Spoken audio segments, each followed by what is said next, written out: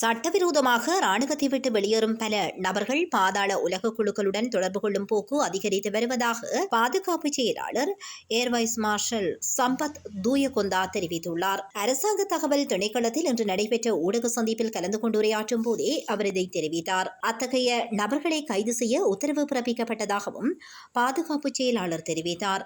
ஆயுத பயிற்சி பெற்று ராணுவத்திலிருந்து தப்பிச் சென்றவர்களை மிக குறுகிய காலத்தில் கைது செய்யும் திறன் ராணுவத்திற்கும் போலீசாருக்கும் இருப்பதாக அவர் மேலும் தெரிவித்தார். இதற்கிடையில் இந்த ஊடக சந்திப்பின் போது சேவையில் உள்ள ராணுவ வீரர்கள் குற்றவாளிகளுடன் தொடர்பில் இருக்கிறார்களா என்று ஊடகவியலாளர்கள் கேள்வி எழுப்பினர்.